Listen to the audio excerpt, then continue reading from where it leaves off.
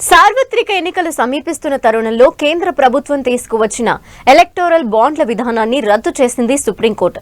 అసలేంటి ఈ ఎలక్టోరల్ బాండ్ల పథకం? 5 ఏళ్ల క్రితం ప్రారంభమైన ఈ స్కీమ్ ఉద్దేశం ఏంటి? మోదీ సర్కార్ దీన్ని ప్రవేశపెట్టడానికి కారణమేంటి?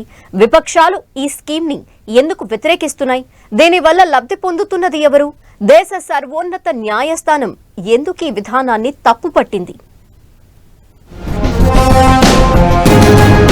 సాధారణంగా రాజకీయ పార్టీలకు కార్పొరేట్ సంస్థలు, కోటీశ్వరులు, అభిమానులు విరాళాలు అందజేస్తూ ఉంటారు. అయితే బ్లాక్ మనీని వైట్ గా మార్చుకునేందుకు చాలా మంది విరాళాల రూపంలో పార్టీలకు అందజేస్తున్నారని కేంద్ర ప్రభుత్వం అభిప్రాయపడింది. ఈ క్రమంలోనే రాజకీయ పార్టీలకు విరాళాలు సమకూర్చేందుకు ఒక విధానాన్ని అందుబాటులోకి తీసుకొచ్చింది. 2017లో కేంద్ర బడ్జెట్లో ఎలక్టోరల్ బాండ్లు ప్రవేశపెట్టి దాని ద్వారా రాజకీయ పార్టీలకు విరాళాలు అందించే విధానానికి శ్రీకారం చుట్టింది. ఆ తరువాత 2018 జనవరి 2న ఎలక్టోరల్ బాండ్స్ విధానాన్ని నోటిఫై చేసిన కేంద్ర ప్రభుత్వం దాన్ని అమల్లోకి తీసుకొచ్చింది. దీని ద్వారా ఎవరైనా సరే తమ పేరు బయటకు రాకుండా వివిధ రాజకీయ పార్టీలకు బాండ్ల రూపంలో విరాళాలను అందించవచ్చు.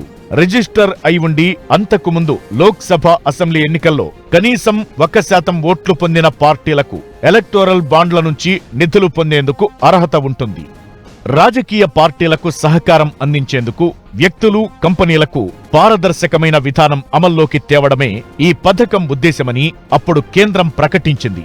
మన దేశానికి చెందిన పౌరులు, సంస్థలు వడ్డీ లేకుండా బ్యాంకుల నుంచి ఎలక్టోరల్ బాండ్లను కొనుగోలు చేసే అవకాశం కల్పించింది. స్టేట్ బ్యాంక్ ఆఫ్ ఇండియాలోని ప్రత్యేక శాఖల్లో 1000 రూపాయల నుంచి ₹1,00,00,000 విలువైన బాండ్లు అందుబాటులో ఉంచారు. 15 రోజుల కాలపరిమితి ఉండే బాండ్లను దాతల పేర్లు చెప్పాల్సిన అవసరం లేకుండా బ్యాంక్ అకౌంట్ నుంచి పేమెంట్ చేయడం ద్వారా కొనుగోలు చేయవచ్చు.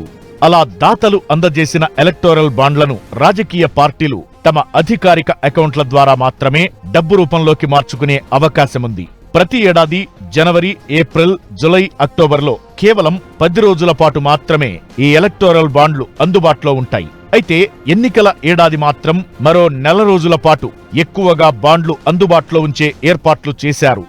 ఈ బాండ్ల ద్వారా 2018 మార్చి నుంచి 2023 జులై మధ్య పలు రాజకీయ పార్టీలకు 11,733 కోట్ల రూపాయల నిధులు అందాయి. 2018, 2022 మధ్య 9,208 కోట్ల విలువైన ఎలక్టోరల్ బాండ్ల అమ్మకాలు జరిగాయి. అయితే 2023 జనవరిలో ఎన్నికల కమిషన్ విడుదల చేసిన సమాచారం ప్రకారం ఎలక్టోరల్ బాండ్ల ద్వారా వచ్చిన ఆదాయంలో 56% పైగా బీజేపీయే దక్కించుకుంది.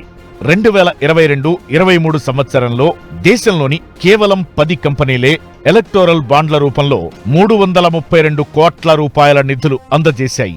ఇందులో 259 కోట్లు బీజేపీకే అందగా 5 ఎలక్టోరల్ ట్రస్టుల ద్వారా బీఆర్ఎస్ 90 కోట్లతో 4వ స్థానంలో ఉంది. ఇక వైఎస్ఆర్ కాంగ్రెస్, ఆప్, కాంగ్రెస్ పార్టీలకు 17 కోట్లకు పైగా నిధులు సమకూరాయి.